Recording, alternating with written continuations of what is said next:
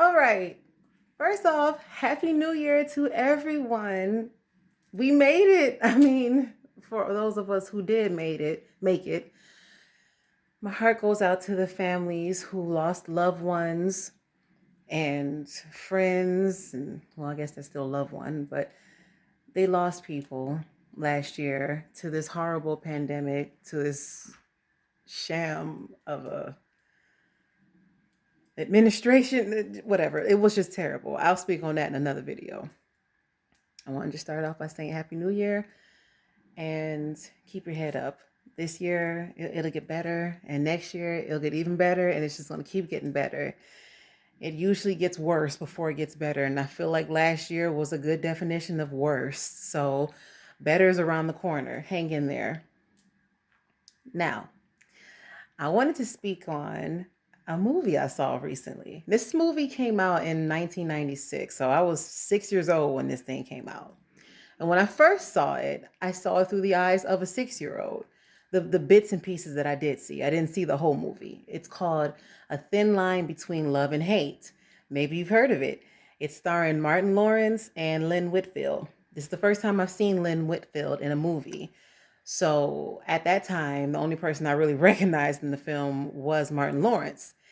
And I therefore saw that movie through his eyes.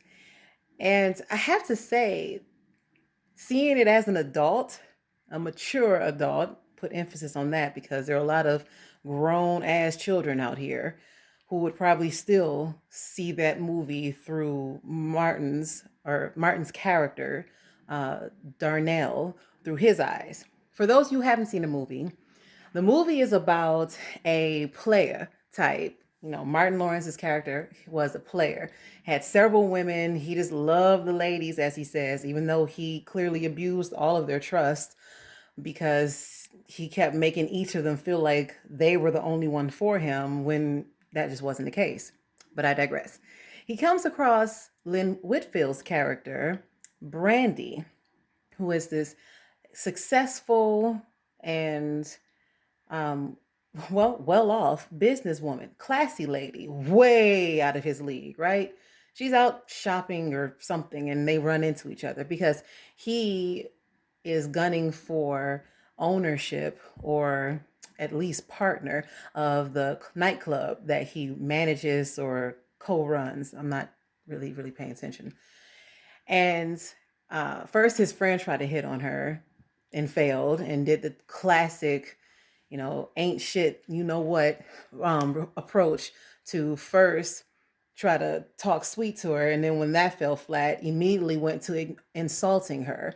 That shit irritates me, but I digress. So he steps up and he's trying to, be the knight in shining armor. And she turns him down too.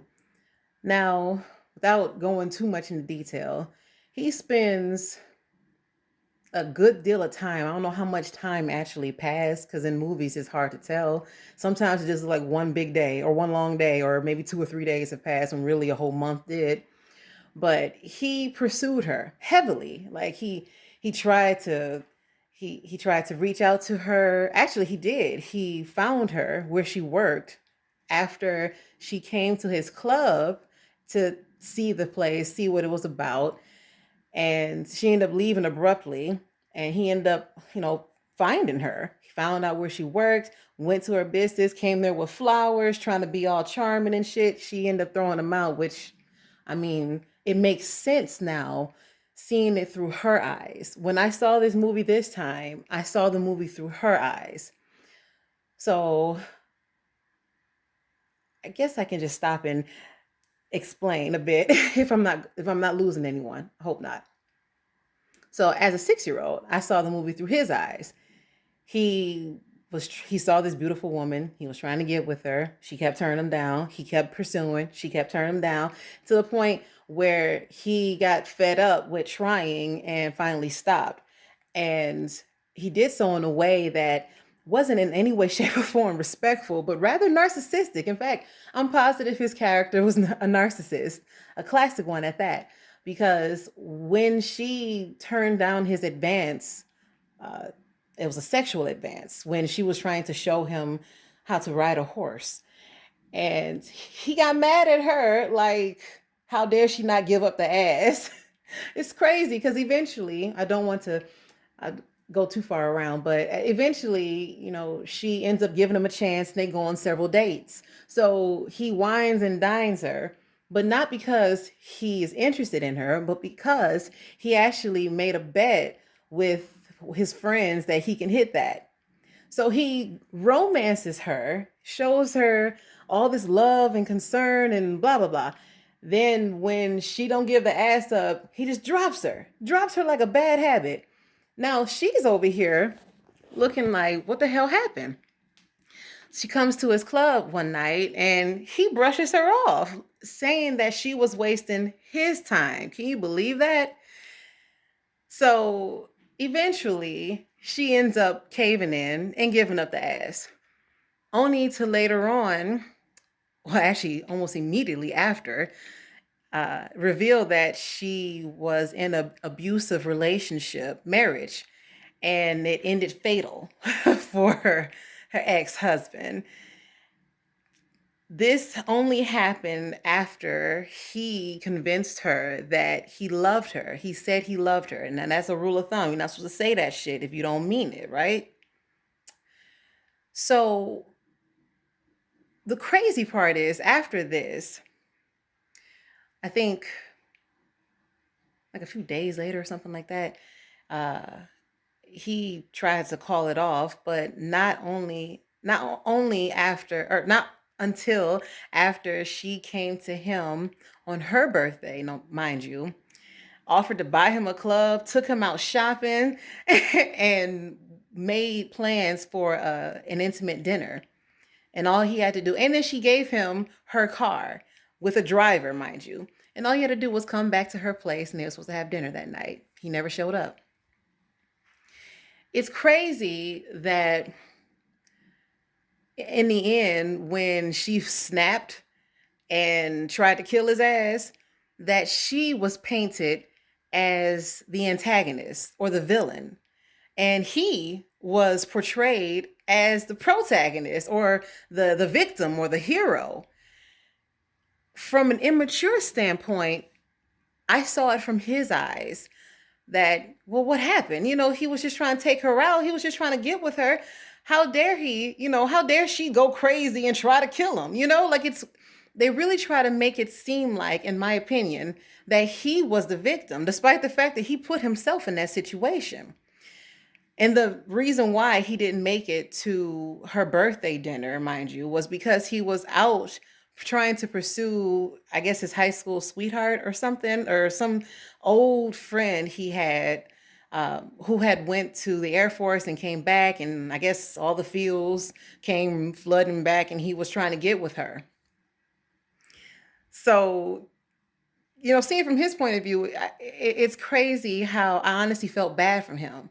But seeing it recently, like just watching it now, I'm just like, yeah, you got exactly what you deserve, bro.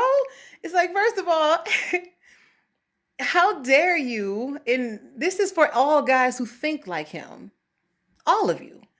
How dare you use and abuse a woman, abuse her trust, and don't give me that shit that abuse only counts if there are physical scars, because mental abuse and emotional abuse, that shit is nothing to play with. I know this firsthand because he is a classic narcissist.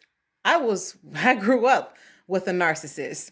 So I know what it's like to be gaslighted, to be put down and insulted when my use has run its course, when I can no longer be of use or do as they wanted, or I wouldn't do what they wanted. And suddenly I'm all types of bitches and hoes. Sound familiar? That's even more fucked up coming from a parent, but I digress.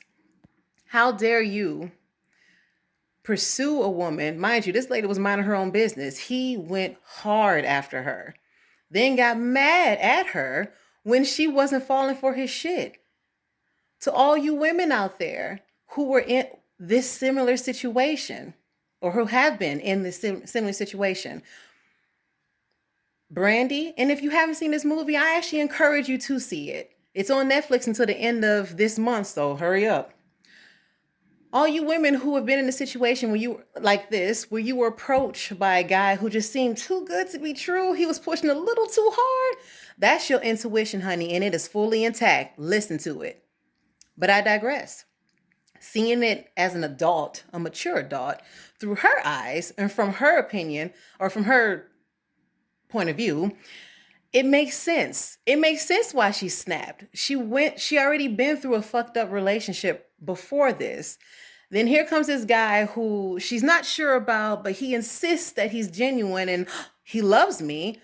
Okay, well, maybe this time is different. Maybe he actually does. Maybe we will ride off into the sunset. I want to spend all my time with him. And it turns out that he not only didn't love her, but he was with another woman. Hell yeah, she gonna snap. Can you blame her? So I guess the extra, the little cherry of fuckery on the top of that cake was the end. At the end of it all, he still didn't seem to learn his lesson.